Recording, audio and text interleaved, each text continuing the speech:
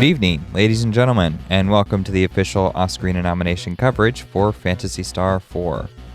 This is the fourth entry in the Phantasy Star saga, and it was developed and published by Sega for the Genesis in 1993.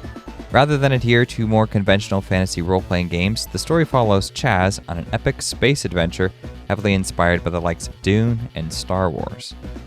I'm Mitchell, I'm your host for the evening, and I've got Tyler with me today. Hey Tyler, how are you doing? I'm doing. We both had some naps, so we're a little low energy at the moment, but I'm sure we'll pick up as we go. Yeah, it's been quite a day getting audio and everything set up for us, but here we are with Phantasy Star IV. It has 3 nominations, and they are for Best Gameplay, Challenge and Achievement, Best Interface, and Best Female Character for Alys Brangwin. Nice. That's the entertaining one that we talked about last time. So this is not a follow-up conversation. We haven't done this video before. Not at all. This is not a second attempt because the last one got ruined. I've played this most recently for the Oscarinas. I had tried Phantasy Star 3. It didn't capture my interest too much. But this one did. I really liked this one. I had a lot of fun with it. I mean, I didn't finish the game, but I got through Alys's arc and kind of completed her story. So I'm actually going to talk about interface to kick things off because I think that's the part that you immediately see. Starting with the battle interface, it's clean and efficient.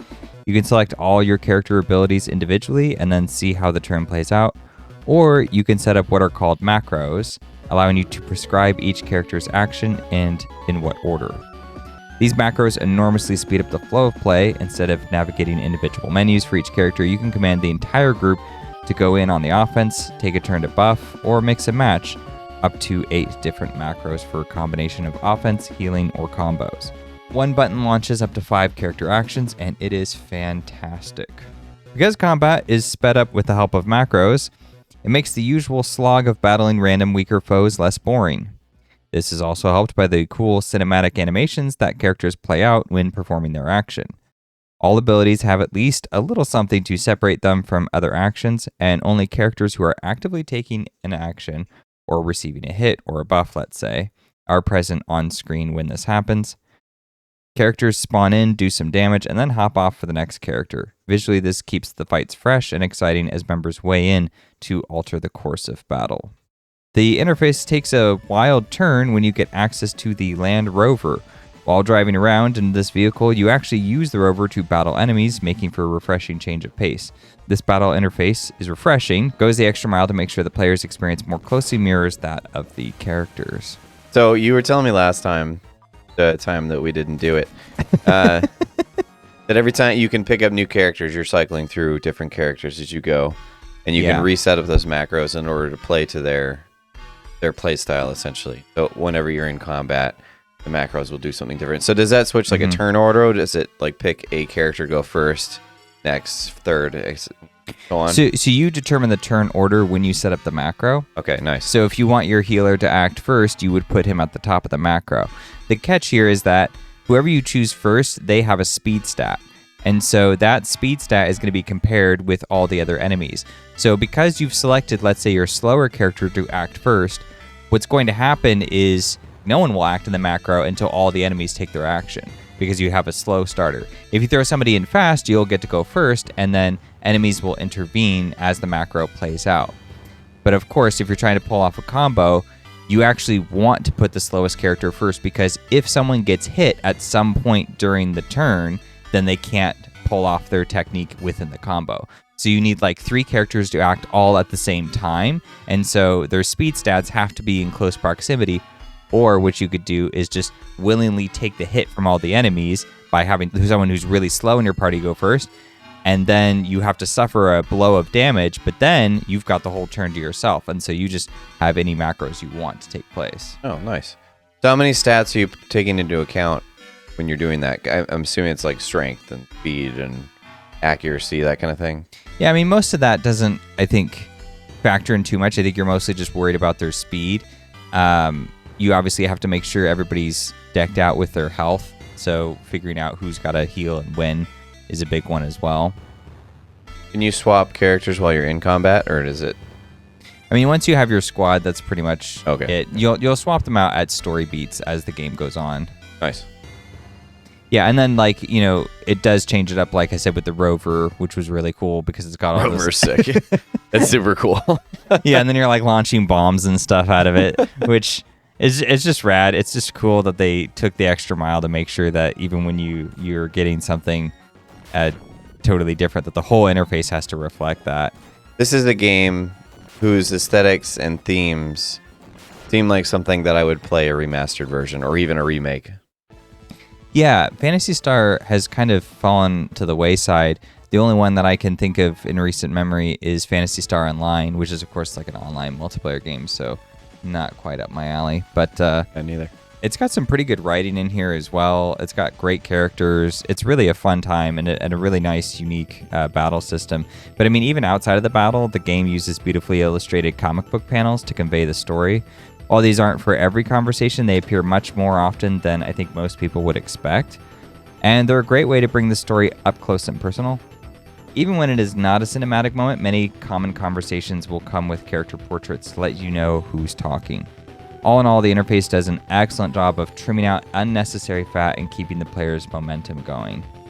And that's really a major highlight for what kept me playing, because turn-based battling is a genre I want to like and often don't. So this was a refreshing change of pace. So to kind of get a little bit more in depth with the gameplay, you can cast what are called techniques, which is basically just this game's universal equivalent to spells. But notably, you can string together multiple techniques or abilities to make combos, and these combos are enormously strong, making them all but essential. And yet they won't trigger if someone in the combo takes damage from an enemy attack, like I was saying. All participants need a clean shot in order to activate it properly. So yes, you have macros to make your otherwise standard turn-based battle flare more efficient, but this is only the half of it, because when you assign macros, it also predetermines the order of everyone's move for the turn. If you need to guarantee a particular combo, you'll have to have your slowest character act first, and by doing so, the macro will not trigger until the first character in the macro gets to move. And since the enemies will be faster than your slowest character, you'll need to absorb an entire turn's worth of enemy damage. But if you survive, there won't be anything left to prevent your combo, which all in all is a fair trade-off. You could instead risk it all by moving quickly and hoping the enemy doesn't target someone needed for the combo, but it's a good risk-reward system all the same. The combos, as I said before, are quite devastating, almost too much so. I made it through a couple of dungeons until I looked online and heard some people describe all this nuance. Admittedly, the game doesn't do a great job of telegraphing how this works.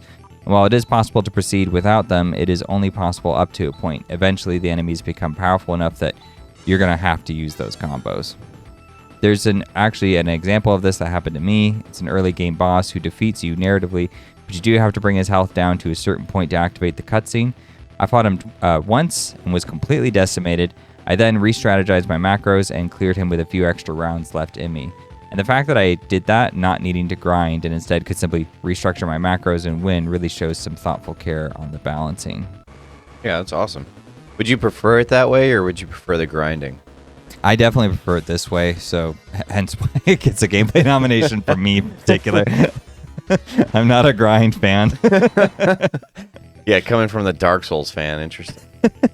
Well, I mean, you don't even need to grind in Dark Souls. A lot of the challenge in Dark Souls has to do with just trying to understand what the game wants from you, and so that presents a big hurdle. You can grind in Dark Souls if you're struggling, but it only really helps you in like a modicum amount, and that's how I personally think it should be. I don't think there's anything wrong with like the principle of the grind, but I think when you make that like the centerpiece for your game, it just unnecessarily pads out the length. It's like a novel that has descriptions that just go on way too long. You know, it's like, all right, I get it. It's a McDonald's.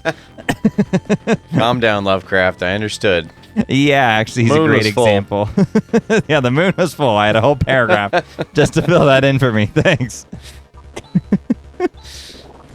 Even character-specific skills, these are separate from techniques in that they are unique to each character. So techniques are an amalgamation of abilities that all the characters will get access to, but skills are unique to each individual character, and so they specialize. And yet, even some of these can actually combo, which is pretty cool. These skills lend themselves to making each character unique and a challenge in their own right as to figuring out how you want or need to use them. Some characters are good at raw damage and KOs, while others primarily heal, but can also supplement with various tactical buffs or some such. But in addition to flavor, because party rotation happens quite often, you have to learn new characters and reformat your macros, preventing the gameplay from becoming monotonous. It might be a little annoying to some, but ultimately it keeps the player from sticking too much with a given style or approach. So I'm the kind of person who just wants to outfit my team. Like in Pokemon, I get my 6, that's it.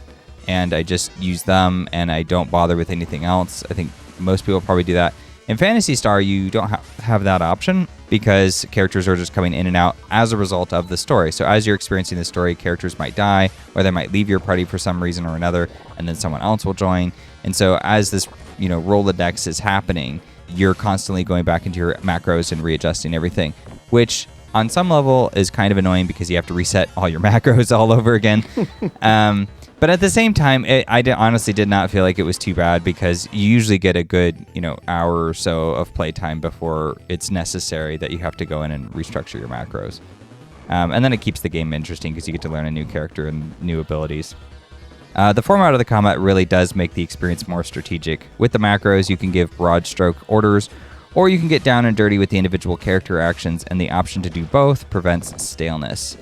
You feel in command at a macro and micro level, where ordinarily a turn-based RPG as you interact on just the micro level, or you can auto-battle. And auto-battling is to be passive, letting the game play itself. It's not a coincidence that Dragon Quest V is up for fellowship and relaxation because of its low-key battle system. All Phantasy Star IV proves you can create a strong sense of engagement through a more innovative replacement for an auto-battle system. In other words, auto battle can be satisfying from a relaxing angle, just as the mechanics in Phantasy Star meet the criteria of an auto battle system, and yet they retain player engagement. Does that make sense at all? I think so, yeah. It is a little tough to follow. I'm used to turn-based games like Fire Emblem, and it sounds like it kind of engages on some of those levels, but you're not individually choosing a character and attacking or defending or whatever each turn. You're setting it all up prior. How do you determine the difference between attack and defend? Does it do that? You don't really have much in the way of defense. You just Okay. gotta take a hit. But what you can do is anytime the macros are great, but anytime things start to get desperate or you need something to happen, you can always go in and manually determine what everyone's supposed to do for that round. Okay, gotcha. So you always have the option to intervene. And that's why I say it's the macro and micro approach, because you can kind of just, okay, everybody do this. That's the command, offense or buff or whatever. But then you can also go and micromanage, okay, you need to do this. You need to heal that person. I need you to do this move, just this one turn. Having that balance of both, I think, is really, really good. And that's what I mean by it lets you feel in control of the gameplay in a way that's really satisfying for a challenge and achievement. For me, I want to feel like I'm making all the decisions, and I think that's why this game appeals to me so much from its gameplay perspective, because it gives me that. It doesn't make me feel like it's just monotonous. Like Dragon Quest V, there is a relaxing sensation to it, but for the most part, it's just attack, attack, attack, attack. Okay, heal, attack, attack, attack. And even in that one, I got kind of frustrated because the AI is really dumb. And if you hit auto battle, if your health drops to a certain point, they'll start healing you. And I'm like, dude, don't do that. Just keep attacking. I know how much health he has. If you attack, he'll die. And instead they have to heal you, which means now he won't die. And now he'll get to hit me. And so now I'm losing health. It's I didn't need you to do that. Just follow my orders. But your orders were auto battle, so duh. Yeah, I know. It's it was auto battle. What are you doing? Stop. Less efficiency, that's what I say. Yeah, but I mean, Dragon Quest's purpose is supposed to be approachable to newcomers. That's its whole principle, is be a welcome entry for people who have not experienced or are used to experiencing this type of gameplay. Phantasy Star is more rewarding because it tries something new and different, right? It's trying to be a tentpole RPG on the Genesis, and for that, I think it does a good job. But part of course, what makes you a good RPG is having a good story to tell. While the story is pretty good, the real standout here is Alys Brangwin. She's awesome. She's a really engaging character. She's a member of the Hunters Guild, which more or less translates to a mercenary organization that you hire to hunt down monsters. Obviously, mercenaries are very different in real life, so this is the optimistically glorifying fantasy kind. When the game begins, Alys and Chaz are a team, with Alys taking the command. And it doesn't take long before we get to see her no-nonsense personality. On your first mission, you speak with the principal of an academy, who has requested you kill the monsters that have appeared under the facility. After she's been briefed, Alys remarks that it's strange for the monsters to have appeared, and asks if he has any ideas what could have led them there. His response is laughably telling about his own involvement, which alone is hilarious. And this is, of course, the part where she's like, do you have any idea where the monsters have come from? And then and then it brings up the panel and his like shocked face, and he goes, "Please, I beg you to destroy all these creatures. I'd like to settle this matter discreetly. I am counting on your reputation, Alys." "No problem, you can rely on us. Although it's strange that all these monsters suddenly appeared in this academy. Usually monsters don't come into inhabited areas. Do you have any idea how this happened?" "How would I know?" Without a shred of suspicion. Nothing to see here. Stop asking questions. Plot twist, he was the monster. Yeah, I just love how in your face and forthright it is with the information. Understandably, this makes Alys suspicious of him. Who just saw that coming? Naturally. But she doesn't take any immediate action, not without more evidence. Then, once she discovers the breeding chambers in the basement, she confronts the principal, stating, "Someone keeping information from me is the 6th most dangerous thing in this world." That's so specific. She's like, "I counted them just now. It's not quite as dangerous as 5. But it's definitely more dangerous than 7. What's number 5? You don't want to know." Yeah, I thought that was great. She has a tier list in her head. How many dangerous things there are in the world. You don't have that? Not usually, no. Oh, okay. But I don't live in the Phantasy Star world, so maybe that's why. That's fair. So that's pretty freaking great that she has, no less than 6 super dangerous things that she's cataloged. She's also a bit of a swindler character, which I love. When one of the students asks to accompany you down into the basement, she extorts money out of him just to tag along. When he claims he can't get that kind of money, she tells him, "Not my problem." He's like, "Can I go with you guys?" And she's like, "Not for free." I mean, yeah, she's got to protect him, so what does she get out of it? Exactly. That's her whole point. How old are these characters? Well, it says that she's 17. Chaz is, I think, 15, if I remember right. And Han is, I think, somewhere younger than her by a year or two, something like that. Which one's the one she's extorting? Han. That's a well of money, that one. Yeah, deep well. Yeah, exactly. What? We'll take you with us for 100. I hope you weren't thinking of asking to tag along with us for free.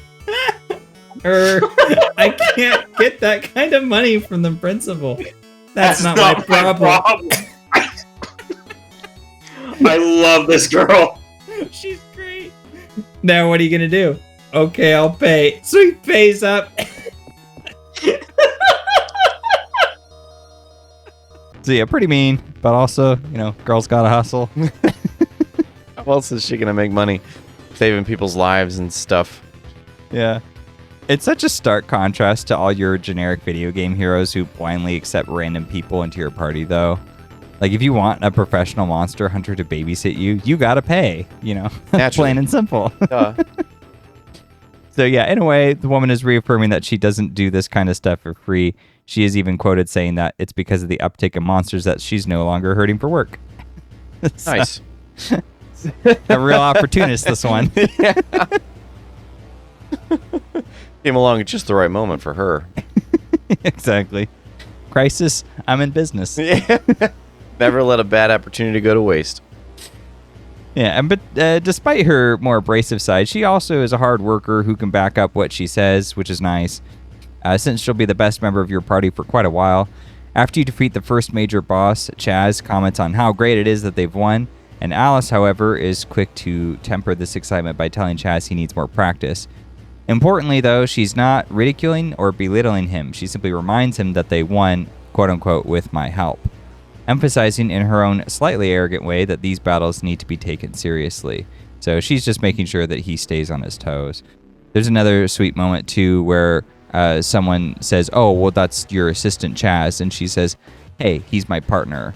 And so even though she actually is the leader, when she's negotiating with people, she makes sure that they respect Chaz. And so I like that dynamic a lot, because she could very easily be like, oh, yeah, he's just some tag-along, useless, troll I have to keep with me. And instead, it's like, no, I can criticize Chaz. You can't criticize Chaz because he's my teammate. No one talks to my brother like that. Yeah, it's kind of a sisterly vibe, honestly. And even though she doesn't take shit from anybody, she is also loyal to her team and is often the voice of reason for what to do or where to go next. Even bribing Han for cash so they can escort him around is played off as playful banter. It's not clear if she's actually getting money out of him or if they're just kind of playfully teasing. But either way, it's definitely bringing some levity into the game. Stands out, if nothing else. Yeah. And then last point I have for her in the spoiler section, Alys reaffirms her loyalty when she takes a devastating blow from the main villain by pushing Chaz out of the way. Through this sacrifice, she demonstrates that she is a true leader and that she doesn't feel the need to ridicule others to make herself seem better. She shows that she is better by being self-sacrificing in the face of adversity. And finally, she also seems to take pride in not only her work, but her leadership. When she is severely injured, she has a moment where she asks Chaz if she can take a look at him and mentions how she feels he is becoming an adult now. Even after she dies, a character named Rune, who knew her better, scolds Chaz for assuming that all Alys fought for was money, that he's misguided to think that all he learned from her was fighting techniques. His final remark to think it over, I now leave for all of you to consider. Nice. Do you have any other final thoughts on Phantasy Star? Have it won you over yet, I hope? Oh, no, yeah, this won me over before we started talking about it. It's just the theme alone is interesting to me. But yeah, I mean, it just seems like a fun playthrough on a random Saturday or something. Yeah, pretty much. This game also is an homage to past Phantasy Star games. There's apparently a ton of references and little inside jokes that they put for others of the series.